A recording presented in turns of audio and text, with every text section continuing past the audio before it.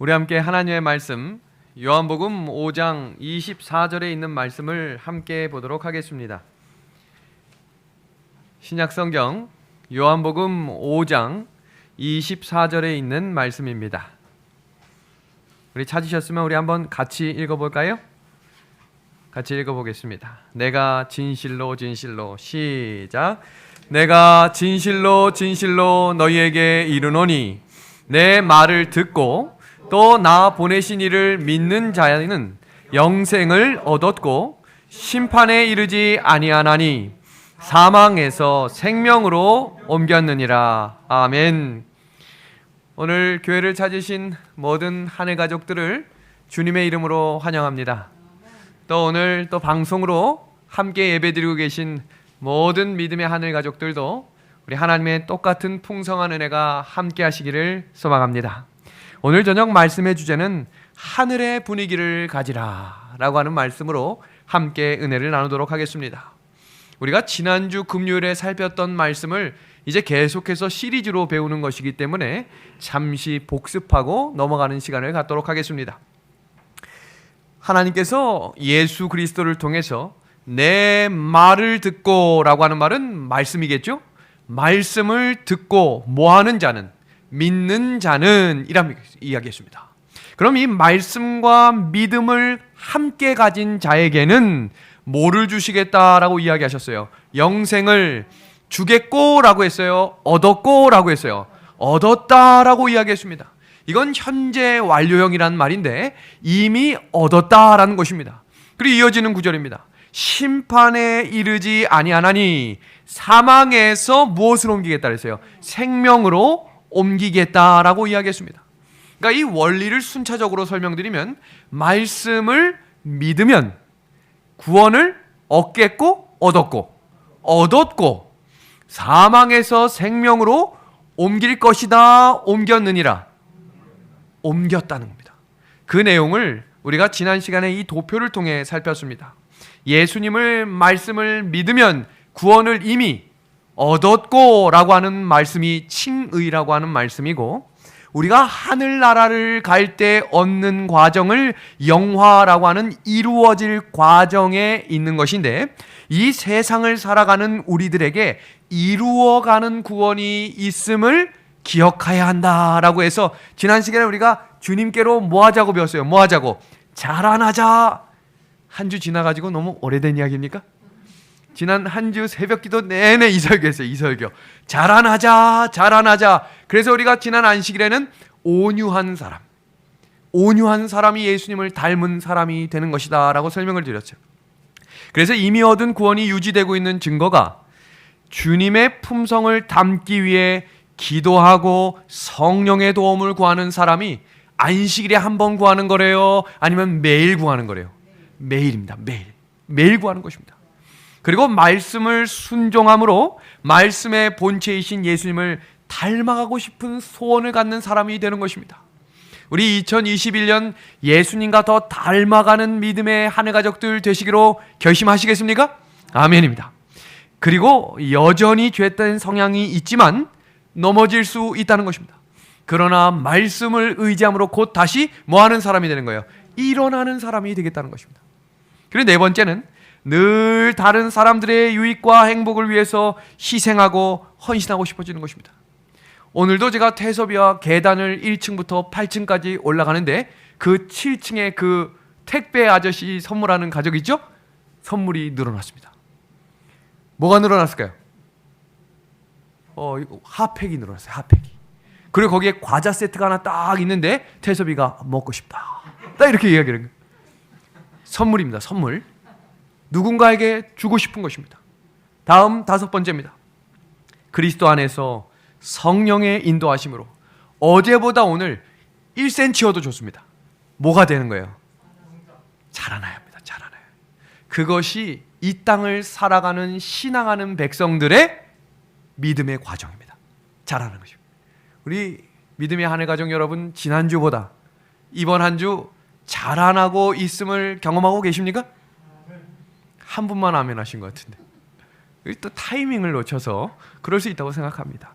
그러면 이 과정과 반대되는 사람은 어떤 사람인가? 시편 4절입니다. 아기는 그 교만한 얼굴로 말하기를 여호와께서 이를 감찰하시 아니하신다 하며 그 모든 사상에 누가 없다고요? 하나님이 없다. 하나님이 없다라고 말하는 세상에 살아가면서 우리는 하나님이 있다라고 말할 수 있게 하신 하나님께 감사를 드립니다. 반대되는 사람이요, 선악의 싸움의 마지막 싸움은 한 무리는 하나님이 없다라고 말할 것이고 한 무리는 보이지 않지만 하나님은 존재하신다라고 고백하는 사람이 될 것입니다. 말라기 4장 1절도 이렇게 권면합니다.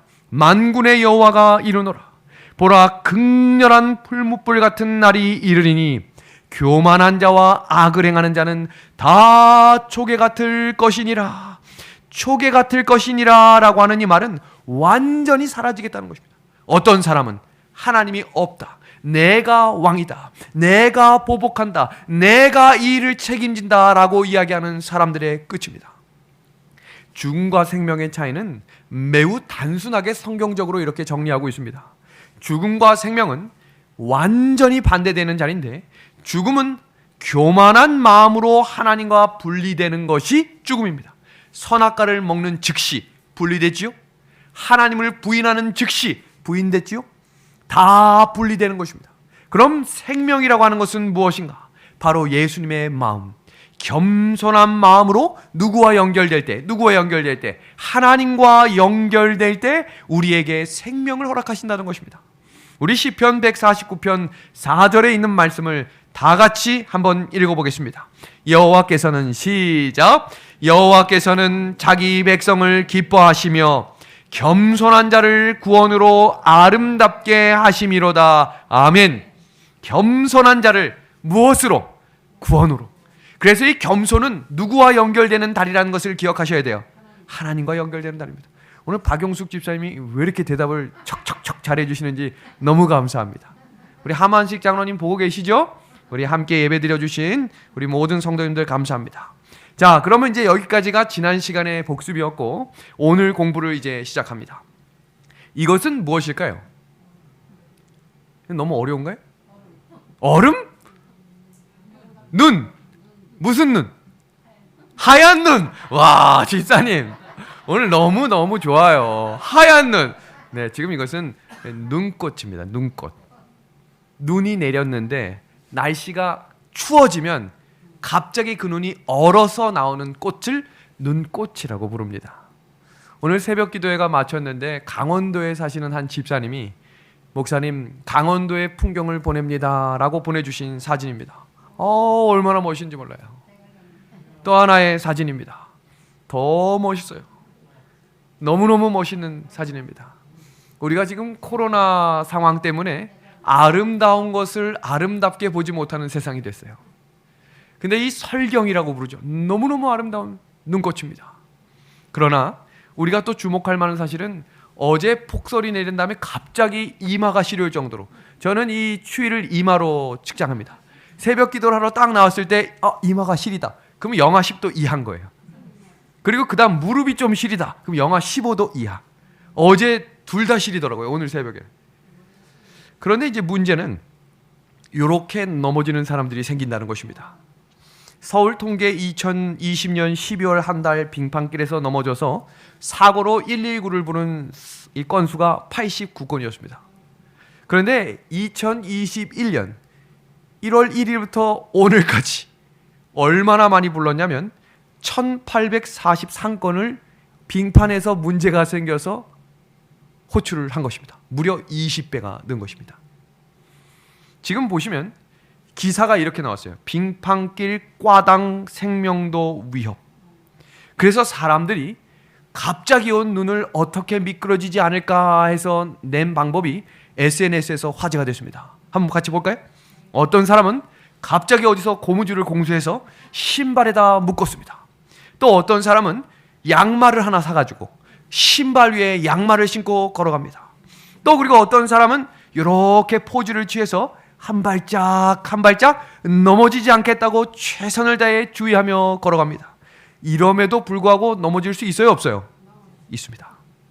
제가 오늘 왜 설교 서두에 이런 사진을 보여드렸는가?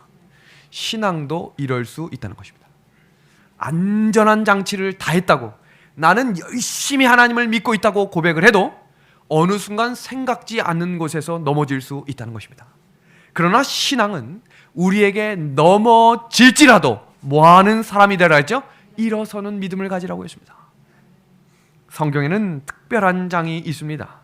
우리 마태복음 24장을 뭐라고 불러요? 재림장이라고 부르고, 고린도전서 13장을 사랑장이라고 부르고, 히브리서 11장은 무슨 장? 믿음장이라고 부릅니다. 우리 재림 성도들은 요 세 장 정도는 기억하시면 좋겠어요. 믿음장 한 몇 장?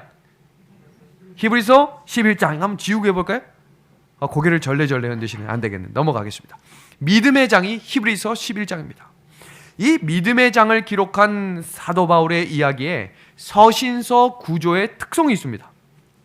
로마서나 에베소서나 히브리서나 모두가 다 특징이 있는데, 그것은 다 두 파트로 나뉘어진다는 거예요. 전반부와 후반부로 나뉘어지는데, 전반부는 사도 바울이 강론했던 사람이기 때문에 교리편을 기록해 두었고, 후반부는 반드시 교리로 끝나는 것이 아니라 그것을 실천해야 온전한 신앙으로 자라난다라고 하는 것을 가르쳤습니다. 그래서 에베소서도 마찬가지로 전반부에는 교리편, 후반부에는 실천편을 기록했어요. 그럼 히브리서도 마찬가지일까요? 똑같습니다. 히브리서 1장 1절부터 10장 18절까지는 무슨 편? 교리편. 그리고 히브리서 10장 19절부터 13장 마지막 절까지는 무슨 편? 실천편입니다. 그래서 우리는 성경을 배울 때에 성경 속에 나타난 교리에 집중하는 것이 아니라 그 교리를 배우는 목적이 뭡니까? 가서 지켜 행하기 위해 배운다는 사실을 명심하셔야 합니다. 하나님을 아는 사람은 하나님을 닮고 싶을 것이고, 하나님을 배운 사람은 그것을 실천하고 싶은 마음을 갖는 사람이 되는 것, 그것이 믿음입니다. 그래서 믿음의 정의는 히브리서 11장 1절부터 3절에 이렇게 기록하고 있는 것입니다. 믿음은 바라는 것들의 실상이요 보이지 않는 것들의 증거니 선진들이 이로써 증거를 얻었느니라. 믿음에 대해서 이야기를 하면서 히브리서 10장 마지막 구절에 나온 한 단어를 한글로 번역할 때 빼버렸어요. 그 단어가 무슨 단어냐면 바로 그러므로라고 하는 단어입니다. 여러분, 그러므로라고 하는 단어의 특징이 뭐죠? 앞에 나온 모든 것을 이제부터 정리합니다 라고 할 때 그러므로라는 단어를 씁니다. 그래서 오늘 히브리서 11장은 히브리서 1장 1절부터 10장 마지막 구절을 통합해서 지금부터 실천편이 시작합니다 라고 하는 이야기가 히브리서 11장 이야기입니다. 우리가 지난 금요일에 누구 배웠죠? 야곱 배웠습니다. 제가 질문할 때마다 다들 이렇게 입을 꾹 다무시는 게 마스크 뒤로 보여요. 야곱을 배웠습니다. 그러면 오늘은 우리가 누구를 살필 것인가? 에녹입니다. 에녹. 도대체 성경에 이야기하고 있는 에녹은 우리가 알고 있었던 내용과 함께 알지 못했던 내용은 무엇인가? 그것을 오늘 하나씩 살피려고 합니다. 믿음에 대한 정의를 이야기할 때 히브리서 10장 38절에서 39절은 이렇게 기록하고 있습니다. 우리 노란색 박스 한번 같이 읽어볼까요? 나의 시작 의인은 믿음으로 말미암아 살리라. 또한 뒤로 물러가면 내 마음이 그를 기뻐하지 아니하리라. 그러니까 뭐하는 사람? 전진입니다. 제가 이야기한 이 전진은 그냥 제가 하고 싶어서 그냥 쉴 때마다 하는 말이 아니라 성경에서 의인은 뒤로 물러가지 않고 힘들고 어려워도 어디로만? 앞으로 어디로? 하늘로 전진하는 사람이 누구라는 거예요? 의인입니다. 믿음의 사람입니다. 오늘 이 내용 우리가 정리합시다. 오늘 설교 내용 중에 가장 중요한 것 중에 하나는 무엇인가? 이 두 가지예요. 의인은 뭐로 말미암아 살고 믿음으로 살고, 의인은 어디로 가지 않는, 뒤로 가지 않는, 뒤를 돌아보지 않는 거예요. 지나온 자리를 돌아보지 않는 것입니다. 이제 어디로만? 앞으로. 예수님이 함께 하시는 것을 믿음으로 어디로? 전진. 또 전진입니다. 그 내용을 히브리서 11장 3절은 이렇게 다시 한번 이야기합니다. 믿음은 바라는 것들의 실상이요 보이지 않는 것들의 뭐라고요? 증거니라고 이야기했고, 선진들이 이로써 뭘 얻었다? 증거를 얻었다라고 이야기했습니다.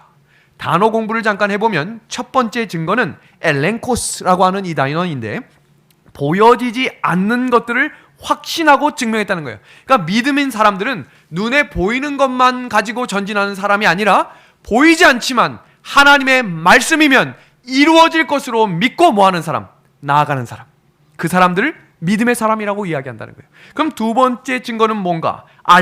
알투레오라고 하는 말인데, 그런 믿음을 가지고 전진할 때 하나님은 반드시 인정과 칭찬을 해주시겠다는 것입니다. 그래서 이 두 가지를 우리의 현대 용어 성경에는 이렇게 정리해놨어요.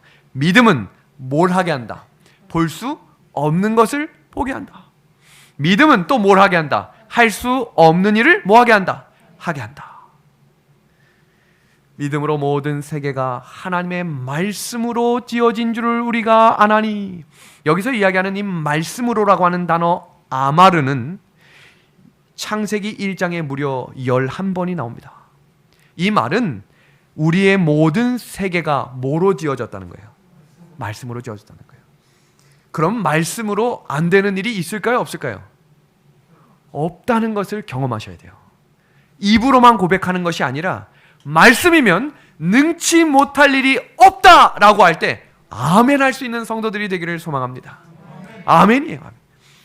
저는 춘천은하수교회에 와서 다시 한번 확신했고 매일매일 전진했어요. 저에게 많은 분들이 안 된다는 말만 했어요. 어렵다, 힘들다, 할 수 없다. 그러니까 저는 믿음이 좋은 사람이 아니에요. 연약하고 넘어지는 것을 즐겨합니다. 어떤 분이 목사님은 무서운 게 없어 보이는데 전 무서운 거 너무 많아요. 오늘 아침에 차 안 움직여서 무서웠어요. 도대체 어떻게 할까? 전 그런 걱정, 염려를 가지고 사는 사람이에요. 그래서 그런 사람에게 자꾸 안 된다, 할 수 없다, 뭐 하려고 하냐면 점점 땅 밑으로 작아지는 것입니다. 그때마다 새벽 기도회의 말씀을 제가 선포하지만 어느 때는 그 말씀을 제가 하고 나서 은혜를 받아요. 그게 무슨 말이냐면 준비했을 때 다 깨닫지 못했던 것을 말씀을 증거하면서 누구도 들어요. 제가 들으면서 하나님이 저에게 용기를 주시는 것을 경험한 것입니다. 아무것도 없었던 이 땅에 지금 이런 건물이 세워졌다는 것은 기적입니다. 기적입니다. 금전적으로 소개하면 11억 4천만 원짜리의 건물이 저희가 10%도 없는 돈을 가지고 지금 헌당을 준비하고 있다는 것입니다. 전진입니다. 제가 하나 말씀드리는 것은 건축을 시작한 이후부터 단 하루도 헌금이 안 들어온 적이 없어요. 단 하루도. 작든 적든 제가 끊어질만 하면 마음에 염려가 생길까요? 안 생길까요? 믿음이 작으니까. 아, 이제 끝나는가. 그때 또 하나님께 기도하면 기도가 마치기 전에 입금이 됩니다.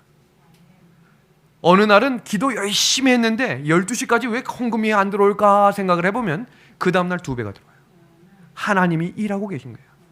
우리만 경험하고 느끼는 것이 아니라 지금 방송으로 보고 있는 모든 분들이 그것이 어떻게 이루어지는지를 증인으로 보고 있어요. 그리고 어떻게 될지를 기대하며 같이 협력하고 있습니다. 성도 여러분, 요한복음은 요한은 7이라는 숫자를 좋아해서 항상 7교회, 7인, 7나팔. 요한복음에도 기적을 몇 개만 쓴 줄 아세요? 7개만 썼어요. 요한의 문법적입니다. 모든 단어를 다 7로 맞춰놨어요. 왜요? 완전수라고 예수님께 배웠기 때문이에요. 그래서 제7일이 안식일이다라고 하는 그것을 마음에 새기기 위해 7나팔, 7교회, 7인, 이제 이해하시겠습니까? 그래서 기적도 7개만 기록해놨어요. 가나의 혼례잔치, 왕의 신하의 아들을 고치는 장면, 베데스다 오래된 병을 고치는, 오병이어의 사건, 바다 위를 걸어오시는 일, 날 때부터 맹인된 사람을 고치는 것, 죽은 나사로를 살렸었죠. 근데 이 모든 7개의 기적의 공통점이 있는데 그것은 바로 가라사대, 이르시되, 큰 소리로라고 이야기하는 것입니다. 무슨 말이에요? 말씀으로 하신 거예요. 우리 은하숙교회는 말씀으로 전진하는 교회임에 감사를 드립니다. 전진이에요. 멈추지 않습니다. 두렵고 떨릴 때도 있지만, 낙심하고 어려울 때도 있지만 항상 큰 걸음으로 갈 필요 없어요. 때로는 한 발자국 하고 멈춰서도 뭐하는 걸음? 전진하는 걸음이 되면 돼요. 절대로 어딜 보지 않는 거예요. 뒤돌아서지 않습니다. 그것이 의인은 뒤돌아서지 않겠다라고 하신 약속의 말씀입니다. 성경에 기록되어 있는 히브리서 11장의 믿음의 선배들은 넘어진 적은 있지만 뒤로 돌아간 적은 없어요. 다 계속해서 예수님을 믿음으로 전진 또 전진이었습니다. 그 이야기 중에 바로 오늘의 이야기, 바로 에녹입니다. 에녹은 어떤 믿음을 가졌길래 하나님은 그를 귀한 사람이라고 칭찬하셨을까? 히브리서 11장 5절은 에녹에 대해 이렇게 한 문장으로 정리하고 있습니다. 믿음으로 에녹은 죽음을 보지 않고 옮겨졌으니 하나님이 그를 옮기심으로 다시 보이지 아니하였느니라. 제가 이 말씀을 보면서 한 가지 딱 궁금했던 게, 많은 사람들이 에녹이 실종된 줄 알았을 거예요. 왜냐하면 엘리야는 하늘에 가는 것을 본 사람이 있고 그 옷을 떨어지는 것을 제자가 붙잡았습니다. 근데 어느 날 엘리야는 사라져 버렸어요. 그러나 우리는 후대의 사람들은 성경에 기록된 내용을 듣고 누가 데려가셨다는 것을, 살아서 올라갔다는 사실을 우리는 알고 있음에 감사하셔야 합니다. 이어지는 장면입니다. 그는 옮겨지기 전에 하나님을 기쁘시게 하는 자라 하는 증거를 받았다. 그러니까 에녹은 어떤 자다라고 이야기할 수 있어요. 하나님을 기쁘시게 했던 자구나. 이것이 사실 지난 한 주간의 새벽 기도의 팔복 이야기였습니다. 그리고 이어지는 장면입니다. 창세기 5장 24절은 그 에녹에 대해 이렇게 소개하고 있습니다. 에녹이 하나님과 동행하더니 하나님이 그를 데려가심으로 세상에 있지 않았다라고 이야기합니다. 이 장면을 영감의 글은 뭐라고 소개하고 있는지를 같이 보겠습니다. 에녹에게 있어서 기도는 영혼의 호흡이었고 그는 바로 하늘의 분위기 가운데서 살았다. 깜짝 놀랐어요. 저는 이 말씀을 여러 번 읽었지만 오늘 이 설교를 준비하면서 새롭게 봤어요. 아, 에녹은 어떤 분위기에 살았다고요? 하늘의 분위기에 살았대요. 우리 믿음의 가족 여러분, 지금 이 예배 시간 하늘의 분위기를 경험하고 싶으십니까? 그 하늘의 분위기가 나의 마음 가운데 있기를 정말 간절히 원하십니까? 하나님은 그 간절한 심령을 응답하시는 거예요. 왜 하늘의 분위기를 느꼈는가? 그걸 좀 잠시 소개하겠습니다. 에녹이라고 하는 이름의 뜻은 순종하는 자, 바친다, 가르친다라는 뜻입니다. 근데 실제로 에녹은 이 세 가지의 삶을 살았어요. 와, 정말 깜짝 놀라네. 왜냐하면 에녹의 이름값을 한 거예요. 이름값. 에녹은 순종해요. 누구에게? 하나님께 순종했던 사람이에요. 에녹은 바쳤던 사람이에요. 누구에게? 하나님께 자신을 산제사로 드렸던 사람이었어요. 그리고 에녹은 사람들에게 가르쳤던 사람이었어요. 누구를? 예수님을. 그것이 하늘의 분위기에 있는 사람입니다. 그 장면을 하나씩 살피면 하나님을 기쁘게 하는 자, 하나님께 순종하는 사람이죠. 하나님과 동행하는 사람, 매일 하루를 하나님께 바치는 사람이죠. 가르치는 사람, 그 사람이 바로 하늘의 분위기를 만끽하는 사람입니다. 오늘 우리의 설교 제목은 하늘의 분위기를 가지랍니다. 우리 각 가정이 정말 하늘의 분위기 경험하고 싶으십니까?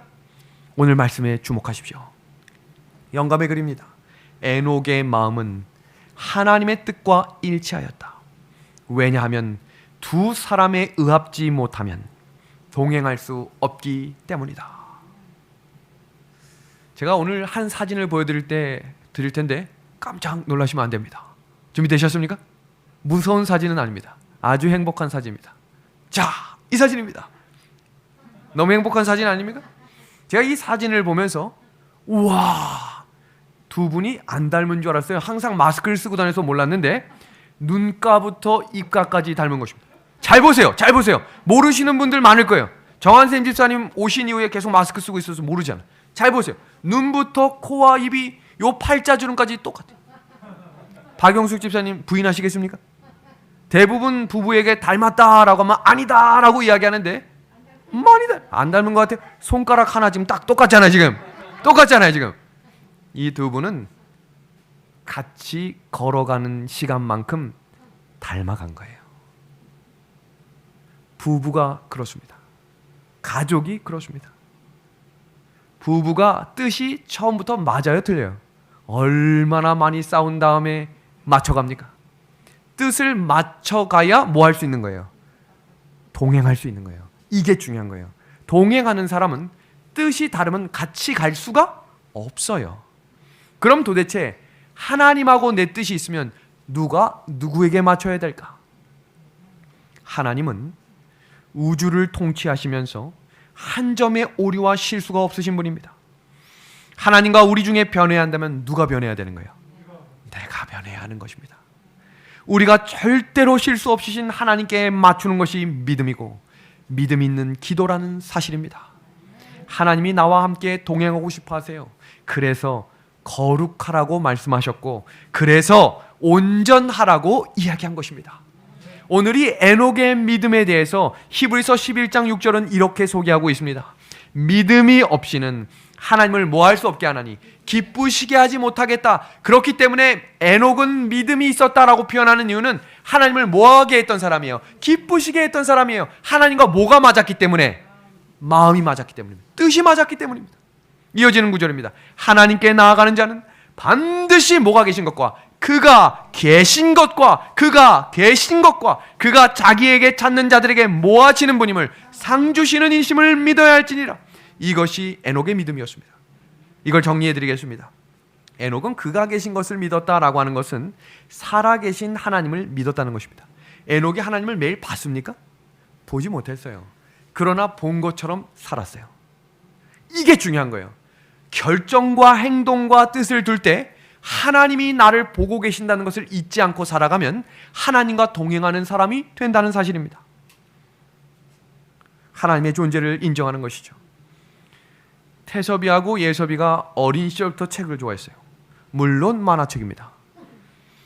어느 날도 제가 출장을 갔다가 집에 돌아오면 예전에도 책을 보고 있어서 그날도 책을 보고 있는데 마음 한켠이 좀 섭섭한 거예요.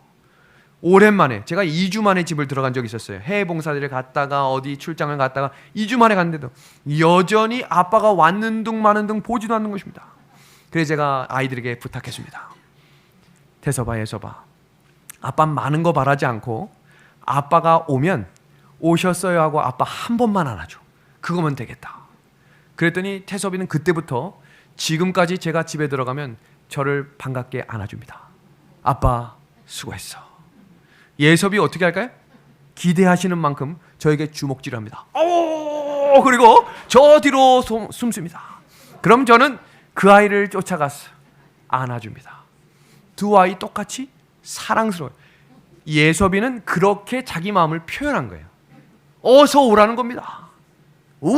이 모습이 저를 인정해 주는 것이었어요. 왔구나 아빠가. 환영한다. 성도 여러분, 하나님을 기쁘시게 하는 것은 하나님의 존재를 인정하는 거예요.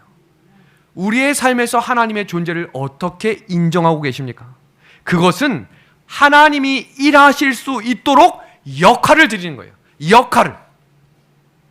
그리고 내게 맡겨진 일들에 최선을 다하지만 슬픈 일, 답답한 일, 어려운 일을 내가 모두 다 하려고 하지 마시고 누구에게? 하나님께 맡겨셔서 하나님이 일하실 수 있도록 하는 것이 하나님이 기뻐하시는 일이라는 것입니다. 감사하지 않으세요? 우리가 뭔가를 드리고 우리가 뭔가를 바쳐야 하나님이 기뻐하시는 게 아니라 어렵고 힘들고 내가 할 수 없는 일들을 하나님이 좀 도와주세요. 그게 뭐예요? 하나님을 인정하는 일이라는 것입니다. 하나님이 개입하실 수 있도록 하나님께 맡기는 믿음이 하나님을 기쁘시게 하는 일임에 감사를 드립니다. 마가복음 2장에 중풍병자 걸린 친구가 너무너무 안타까워. 친구 4명이 그 친구를 너무 사랑하는 마음으로 지붕으로 데리고 올라갔습니다. 그리고 예수님 앞에 나아가자. 예수님이 그들을 칭찬하셨어요. 뭐라고 하셨죠? 그들의 믿음을 보시고. 그렇다면 무엇이 믿음인가? 제가 이 약속의 말씀을 보면서 주석을 읽고 아멘을 했어요. 그 문장을 같이 보겠습니다. 지붕을 뚫어 구멍을 낸 것은 그들의 절박한 필요와 예수님만이 그것을 충족시킬 수 있다는 것을 믿는 믿음을 생생하게 말해준다. 예수님의 존재를 믿은 거예요. 예수님이 하나님 되심을 믿었기 때문에 우리가 해결할 수 없는 문제, 하나님이 제발 좀 도와주십시오. 누굴 기쁘게 한 일이에요? 하나님을 기쁘시게 한 일입니다. 오늘 이 사실을 깨닫게 하신 우리 하나님께 감사와 영광을 돌립니다. 예수님이, 제자들이 예수님께 물었어요. 예수님, 우리가 하나님의 일을 하고 싶어요. 얼마나 대견해요. 그럼 예수님이 뭐라고 이야기하셨는지 혹시 알고 계십니까? 그 말씀이 요한복음 6장 28절에 나옵니다. 예수님, 이제 우리가 하나님의 일을 좀 하고 싶습니다. 그때 뭐라고 대답하셨는지 볼까요? 예수께서 대답하여 이르시되 하나님께서 보내신 이를 믿는 것이 하나님의 일이니라 하시니라. 아멘? 와, 너무너무 은혜가 되는 거예요. 하나님의 일을 하는 것은 무언가 엄청난 업적을 만들고 무언가 사람들에게 선물을 주는 일이 아니라는 거예요. 하나님을 믿는 거예요. 자, 보겠습니다. 우리가 병을 고치는 일 쉽게 할 수 없죠. 물을 포도주로 만드는 일 할 수 없습니다. 물 위를 걷는 일 어렵습니다. 사람을 살리는 일 어렵습니다. 그러나 예수님을 믿음으로 떡을 나누는 일 할 수 있습니다. 예수님을 믿음으로 물이 포도주가 되지 않았지만 전하라라고 이야기했을 때 전할 수 있어야 합니다. 그리고 우리는 살릴 수 없지만 예수님이 돌을 옮기는 일은 누구에게 맡기셨어요? 사람들에게 맡기신 거예요. 돌을 옮겨라. 그것이 믿음의 일입니다. 누굴 기쁘시게 하는 일이에요? 하나님을 기쁘시게 하는 일입니다. 사도행전 1장에 말씀하셨죠. 모여서 기도해라. 모일 수 없는 시대였어요. 그때도. 예수님이 돌아가신 직후부터는 모이는 일을 금지했고 성경과 전도하는 일들을 사람들이 눈치 보며 해야 했습니다. 마치 지금처럼. 그러나 그때에도 예수님이 명령하셨기 때문에 그들이 모여 기도했습니다. 그러자 성령이 역사한 것입니다. 누굴 기쁘시게 한 거예요? 하나님을 기쁘시게 한 일입니다. 하나님이 도와주십시오. 하나님의 존재를 인정했던 에녹. 그 에녹의 믿음을 이렇게 표현하고 있습니다. 주의 영광을 위하여 또한 품성의 아름다움을 닦기 위하여 대망을 품으라. 그대가 품성을 닦는 모든 면에 있어서 하나님을 기쁘시게 하라. 에녹이 비록 부패한 시대에 살고 있었으나 하나님을 기쁘시게 했던 것처럼 그대도 그렇게 할 수 있을 것이다. 그리고 오늘날 우리가 살고 있는 시대에도 에녹과 같은 사람들이 있다. 사람의 의지와 하나님의 뜻이 협력할 때에 그것은 전능한 것이 된다. 하나님께서 하라고 명령하신 것이 무엇이든지 그분의 힘을 의지하여 이룰 수 있다. 그가 명하는 모든 것은 다 할 수 있는 것들이다. 아멘? 아멘입니다. 믿음의 아내 가족 여러분, 그 당시 에녹 시대에도 노아 시대만큼 부패했어요. 그래서 에녹 사진을 구글에서 찾아보면 동굴에 숨어있고 어딘가에서 이렇게 있어요. 힘든 시대였습니다. 그러나 그때에도 에녹은 쉬지 않고 하나님의 일을 했기 때문에 에녹을 하나님은 하나님이 기뻐하는 자라고 이야기하시며 그를 나의 종이라고 말씀하신 것입니다.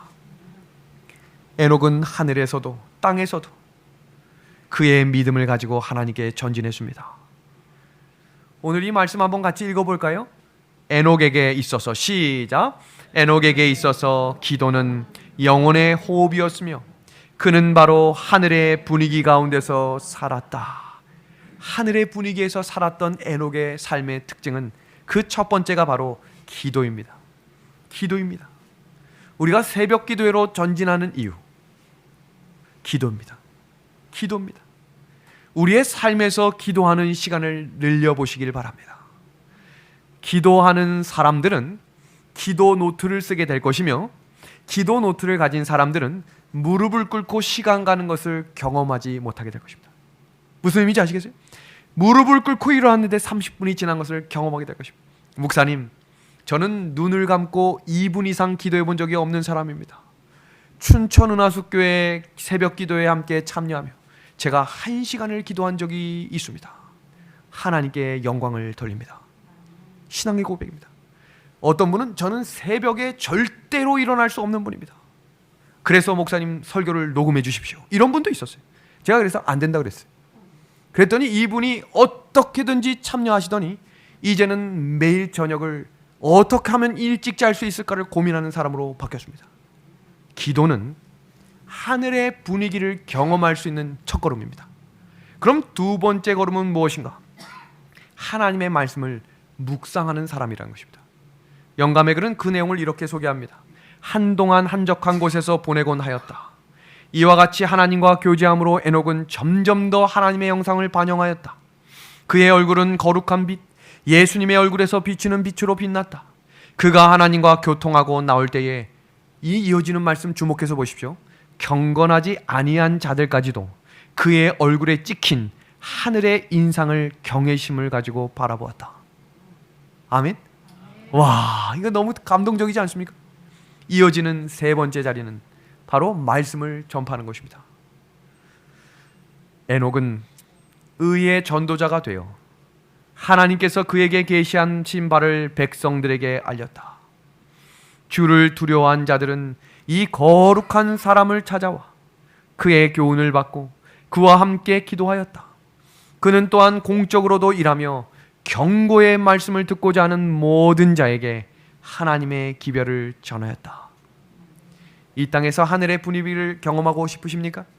그럼 이 세 가지의 기도를 장면을 기억하십시오. 첫 번째는 기도하는 사람인데 언제 기도하는? 매일 기도하는. 두 번째입니다. 말씀을 묵상하는 사람들인데 언제 묵상하는? 매일 묵상하는. 말씀을 전파하는 사람인데 얼마나 전파하는? 매일 전파하는. 오늘 이 세 가지 원리가 하늘의 분위기를 가지고 하늘 갈 백성들의 모습이 되어야 한다는 사실입니다. 그 첫 번째 인물로 요셉을 살펴보겠습니다. 요셉은 언제나 기도하는 사람이었다라고 이야기하고 있습니다. 자기 조상들이 하나님이 자기 하나님이 되시는 것을 믿고 그는 완전한 기도의 자리를 포기하지 않았던 사람이라고 영감의 글은 이야기합니다. 그럼 두 번째 뭐였죠? 말씀을 묵상하는 사람이라고 그랬죠? 그 내용을 이렇게 성경은 이야기하고 있습니다. 요셉은 그의 시간이 날 때마다 언제나 하나님의 말씀을 연구함으로 그의 지력을 넓혀주시고 마음을 강하게 해주시는 하나님을 언제나 경험했다 그랬어요. 그리고 세 번째 말씀을 전파했다 그랬죠. 요셉은 노예 때에도 감옥에 있을 때에도 꿈을 통해서라도 전도하기를 쉬지 않았던 사람입니다. 그래서 영감의 글은 그도 하늘의 분위기를 경험했던 사람이다라고 이야기하고 있습니다. 여러분, 열 처녀의 비유의 이야기 중에 지혜로운 다섯 처녀를 영감의 글이 뭐라고 소개하고 있는지를 보겠습니다. 그들은 이미 하늘과 어울릴 준비가 되어 있었다. 이미 그들은 마음으로 하늘을 누리고 있었기 때문이다. 그러니까 이 사람들도 뭐 했던 사람이에요? 매일 쉬지 않고 기도했던, 매일 하나님의 말씀을 묵상했던, 매일 하나님의 말씀을 전파했던 사람입니다. 하나님의 말씀은 우리의 발걸음이 가는 곳마다 우리의 삶을 통해 증거하는 것이 전도입니다. 성경을 피고 이야기해야 전도가 아니라 저 사람은 도대체 어떤 사람이길래 나와 행동과 생각이 저렇게 다를 수 있는가? 전도입니다. 다음은 천사들이 이 땅에서 하는 일이 무엇인가? 화이주석에선 그 내용을 이렇게 이야기합니다. 시험을 받아 실현당하는 영혼들에게 이 하늘의 분위기를 가져가는 일을 해야 했던 존재들이 누굽니까? 천사들입니다. 천사들이 이 땅에서 하는 일은 하늘의 분위기가 무엇인지를 알려주는 일을 했다는 거예요. 그럼 우리가 정말로 닮고 싶은 예수님은 어떤 분이셨는가? 영감의 글은 이렇게 이야기합니다. 그는 언제나 순결한 하늘의 분위기 가운데 사셨다. 예수님의 삶을 한번 돌아볼까요? 예수님은 매일 기도하셨던 분입니다. 예수님은 이른 새벽에 매일 묵상하셨던 말씀의 사람이었습니다. 그래서 시험을 경험해도 기록되었으되 병자를 고치실 때도 가라사대, 사람을 살릴 때도 말씀하시되 말씀의 사람이셨어요. 그리고 예수님은 항상 하셨던 일, 마태복음 4장 23절이죠. 그는 가르치시고 전파하시며 치료하셨다. 그는 모든 삶 자체가 전도였습니다. 이 세 가지의 원리를 가진 사람들이 하늘의 분위기를 경험하는 사람입니다. 우리가 이 땅에서 살면서 하늘의 분위기를 경험해야 하늘에 거할 사람이 되는 것입니다. 이어지는 구절 히브리서 11장 6절은 에녹의 또 다른 믿음을 이렇게 소개합니다. 상 주시는 이심을 믿었다. 상 주시는 이심. 그럼 그 상 주시는 이심은 무엇을 말하는 것인가? 그는 하늘나라가 존재한다는 것을 믿고 살아갔습니다. 에녹은 하늘을 본 적이 없었어요. 하나님의 나라가 어떤 것인지 몰랐습니다. 그러나 하나님의 말씀을 듣고 순종함으로 하늘나라에 거하는 삶을 살기 위해 그는 걸어갔습니다. 그의 삶을 이렇게 표현합니다. 지금 이 사람들의 손에 들고 있는 거 보이십니까? 몽둥이와 돌입니다. 지금 에녹을 때려잡으려고 온 사람들에게도 뭐하고 있는 거예요? 죽는 그 순간까지 전도하겠다라고 전진한 것입니다. 스데반이 그랬고 사도 바울이 그랬습니다. 우리의 삶도 그럴 것입니다. 이어지는 장면을 한번 읽어보겠습니다. 에녹은 전심전력을 다하여 그가 살고 있는 주위의 사람들에게 하나님의 사랑을 나타내려고 애썼다. 그는 전도만 했던 사람이 아니죠. 가정에서와 사교 생활에서 남편이요, 아버지로서, 친구로서, 시민으로서 그는 확고부동한 하나님의 종이었다. 에녹의 삶은 하늘나라를 바라보는 사람이었습니다. 그 장면을 한번 같이 보겠습니다. 그 세대의 사람들은 금, 은, 보석을 모으거나 이 땅에서 소유물을 축적하는 데 관심을 두지 않는 에녹의 어리석음을 조롱하였다. 그러나 에녹의 마음은 영원한 보화에 있었다. 그는 영광 중에 계신 왕을 바라보았다. 아멘입니까? 아멘. 코로나19 시대를 살아가며 어떻게 이 시대에 더 돈을 벌 수 있을까를 생각하며 사는 사람들도 있습니다. 여러분들의 생각과 마음의 중심은 무엇입니까? 저는 우리 다시 오실 예수님의 재림을 사모하며 이 땅을 살아가게 되기를 우리 예수님의 이름으로 간절히 소망합니다. 성경은 우리에게 성경 마지막 책 마지막 구절에 이렇게 우리에게 호소하십니다. 이것들을 증언하시니가 이르시되 내가 진실로 속히 오리라 하시거늘. 우리 다 같이 읽어주시겠습니까? 시작. 아멘. 주 예수여 오시옵소서. 아멘. 주 예수여 오시옵소서. 마지막 때에는 두 부류로 나눠질 것인데 예수님이 다시 오시는 나팔 소리를 듣고 살아있는 의인들은 손을 뻗어 하늘로 올라갑니다. 죽어있는 자들은, 듣는 자들은 살아나겠다고 하는 말씀을 따라 일어납니다. 그러나 살아있는 악인들은 모두 숨을 것입니다. 그때 숨지 않기 위해 우리 함께 하늘의 분위기를 전진합시다. 그것입니다. 그것입니다. 지금 그 일들을 준비하는 것입니다. 마음으로 아멘 주 예수여 오시옵소서라고 하는 그 말씀이 우리의 삶에서 이루어질 수 있도록 매일 기도하십시오. 매일 기도하십시오. 매일 말씀을 묵상하십시오. 그리고 매일 말씀을 전파하십시오. 그것이 에녹의 삶이었다는 거예요. 믿음의 하늘 가족 여러분, 우리의 교회의 이름이 무엇입니까? 제7일 안식일 예수 재림교입니다. 우리가 내일 안식일 말씀의 주제는 제7일 안식일 예수 재림교의 바로 알기입니다. 제가 1월 한 달 또 후는 2월까지 이 시리즈로 준비하고 있는 것이 왜 사람들은 재림교회를 이렇게 못 잡아먹어서 안달인가?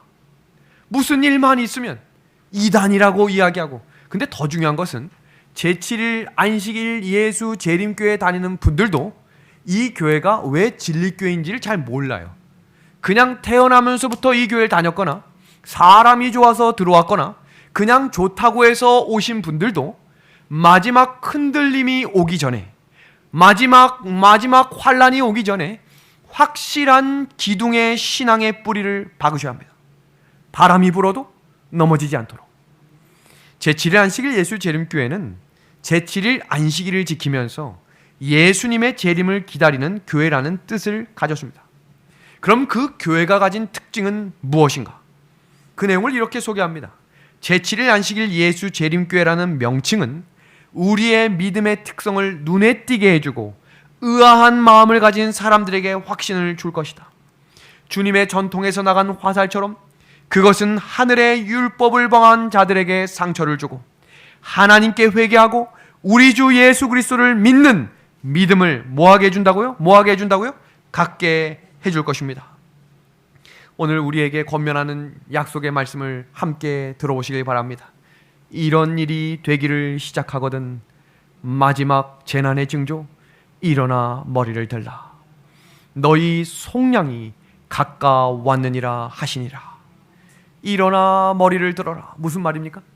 하늘을 향해 전진입니다. 두 번째, 마태복음 24장 42절의 말씀입니다. 그러므로 깨어있으라. 어느 날에 주가 임할는지 너희가 알지 못함이니라. 뭐 하라고요? 깨어있으라. 예수님의 초림을 모든 유대인들이 알고 있었어요. 태어나신다는 것을. 그러나 정작 기다리는 사람은 없었어요. 어쩌면 재림교회 성도들은 재림이 일어난다는 것은 알고 있을 수 있으나 정말 재림을 기다리며 준비하는 사람들은 적을 수 있다는 것입니다. 성경은 그 무리들을 남은 무리라고 이야기했습니다. 하나님의 계명과 예수의 증거를 가진 자들, 믿음의 하늘 가족 여러분, 그 약속의 말씀을 붙들고 전진하시기를 바랍니다. 그러기 위해 징조를 알아보는 눈을 가지고 있어야 합니다. 별을 따라보고 갈아갔던 사람들, 그 별은 영감에 그래서 천사라고 이야기했습니다. 목자들에게 그 천사들, 제가 한번 이 장면 소개했지요. 예수님이 태어나셨다라고 하는 소식이 전해지자 온 우주의 천사들이 그 기쁜 소식을 전하기 위해 만반의 준비가 끝났습니다. 그러나 문제가 뭐냐? 기다리는 사람이 없었어요. 그래서 그 모든 천사들이 다 목동들에게 갔다 그랬어요. 기다리는 사람이 그 사람들밖에 없었어요. 그 목동들은 입만 열면 예수님의 초림을 이야기했습니다. 입만 열면 우리 정말로 예수님을 기다리는 사람이 되자라고 이야기했습니다. 그런 사람들에게 성령의 늦은 비 역사가 임할 것입니다. 오늘 영감의 글을 읽고 오늘 설교를 마무리합니다. 방심한 태도로 쉴 수 있는 곳이 우리에게는 전혀 없다. 우리는 깨어있어 기도하라. 항상 기도하며 깨어있으라는 그리스도의 경고를 결코 잊지 말아야 한다. 우리 한번 이 마지막 구절 다 같이 한 마음으로 읽고 마치도록 하겠습니다. 시작. 매 순간마다 신령한 대리자와의 연결이 우리의 전진의 필수적이다. 아멘. 전진합니다. 또 전진합니다. 오늘 말씀을 마치겠습니다.